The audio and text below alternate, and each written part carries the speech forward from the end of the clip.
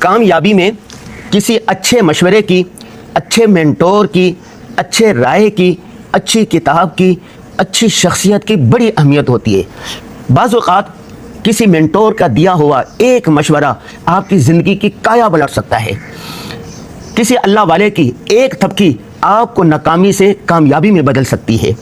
کسی ایک دوست کا قیمتی مشورہ آپ کو کامیابی کی بلندیوں تک لے جا سکتا ہے۔ ہماری عمر 48 سال ہو گئی ہے۔ ہم نے اپنی زندگی میں بے شمار ایسے واقعات دیکھے ہیں، سنے ہیں اور کتابوں میں پڑھے ہیں۔ ہماری کتابیں کامیابی، اس میں ہم نے 100 سے زائد لوگوں کی کہانیاں لکھ دی ہیں، واقعات لکھ دی ہیں، داستانیں لکھ دی ہیں۔ کسی نے اللہ والے کے پاس گیا، مشورہ طلب کیا کہ میں یہ کام کرنا چاہتا ہوں، ان میں سے کیا کروں؟ اس نے کہا یہ کام کرو، بس اس نے مشورہ دینا دیا۔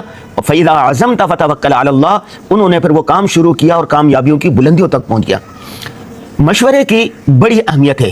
قرآن پاک میں بھی اس کا حکم دیا گیا، وَشَاوِرْهُمْ فِي الْأَمْرِ وَشَاوِرْهُمْ فِي الْأَمْرِ وَشَاوِرْهُمْ فِي الْأَمْرِ کہ مشورہ کیا کرو، اپنے کاموں میں مشورہ کیا کرو۔ حدیث پاک میں بھی اس کی بڑی ترغیب دی گئی ہے۔ رسول اللہ صلی اللہ علیہ وسلم صحابہ کرام سے مشورہ کیا کرتے تھے، اپنے ازواج مطہرات سے مشورہ کیا کرتے تھے۔ اس کے بعد سے دیکھ لیں، صحابہ کرام بھی مشورہ کرتے تھے، تابعین مشورہ کرتے تھے، تبع تابعین مشورہ کرتے تھے، آج تک کہتے ہیں کہ جس نے مشورہ کیا وہ کبھی ناکام نہیں ہوا۔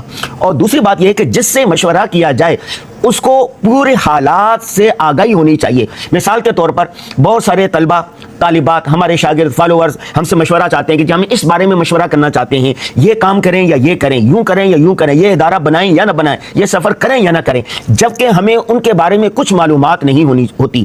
تو اس لیے جس سے مشورہ آپ لے رہے ہیں، اپنا خاندانی پس منظر، اپنی تعلیم، اپنا بیک گراؤنڈ، مستقبل کے منصوبے، اپنا مزاج، ساری چیزیں مشورہ لینے والے کے سامنے رکھیں۔ اور پھر جو مشورہ دینے والا ہوتا ہے، حدیث پاک میں کہا گیا ہے کہ وہ ایک امانت دار ہے، اس کو چاہیے کہ وہ امانت داری کے ساتھ، دیانتداری کے ساتھ جو صحیح مشورہ سمجھتا ہو اس کے لیے وہ مشورہ دے دے۔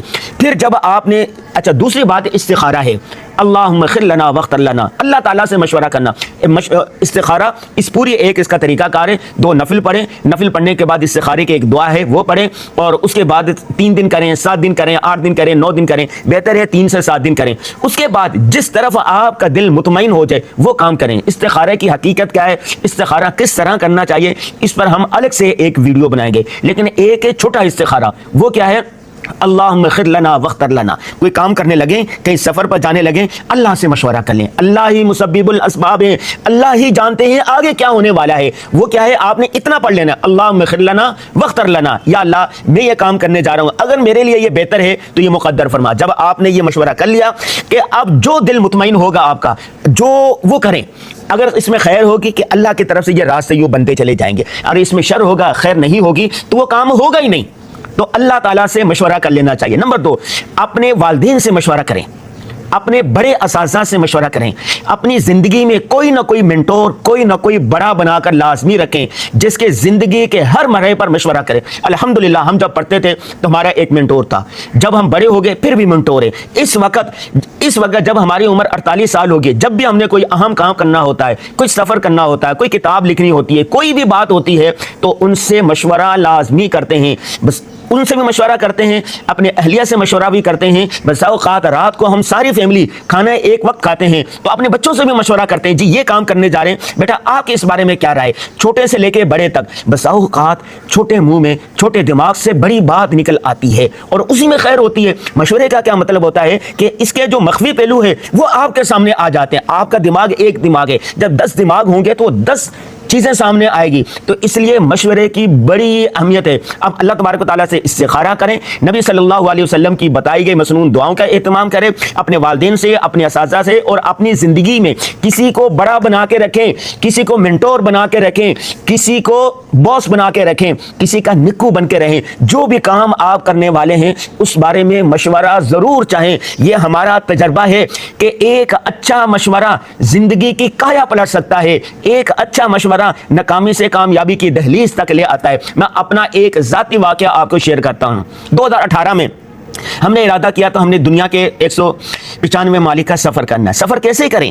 کچھ سمجھ میں نہیں آ رہا تھا، دوست احباب سے مشورہ کیا، ایک خاص دوست تھا ان سے مشورہ کیا، انہوں نے کہا سب سے بڑا مسئلہ ویزا ہوتا ہے، ویزا پروسیس کیا ہے، ویزا کیسے لگوایا جاتا ہے، انہوں نے بتایا کہ یہ ڈاکومنٹ ہونا ضروری ہے۔ ہم نے ایک کاغذ پورا کیا، پھر دوسرا، پھر تیسرا، پھر چوتھا، پھر پانچواں، 18 مختلف ڈاکومنٹ تھے، وہ ہم نے پورے کیے۔ اس کے بعد جو طریقہ کار تھا اس کے مطابق ہم نے ویزے اپلائی کرنا شروع کیے۔ الحمدللہ 30-35 ممالک کا سفر ہو گیا ہے، مختلف ممالک کے ویزے ابھی پروسیس میں ہیں، اللہ نے چاہا تو 2040 تک ہم دنیا کے تمام ممالک کا سفر کر چکے ہوں گے۔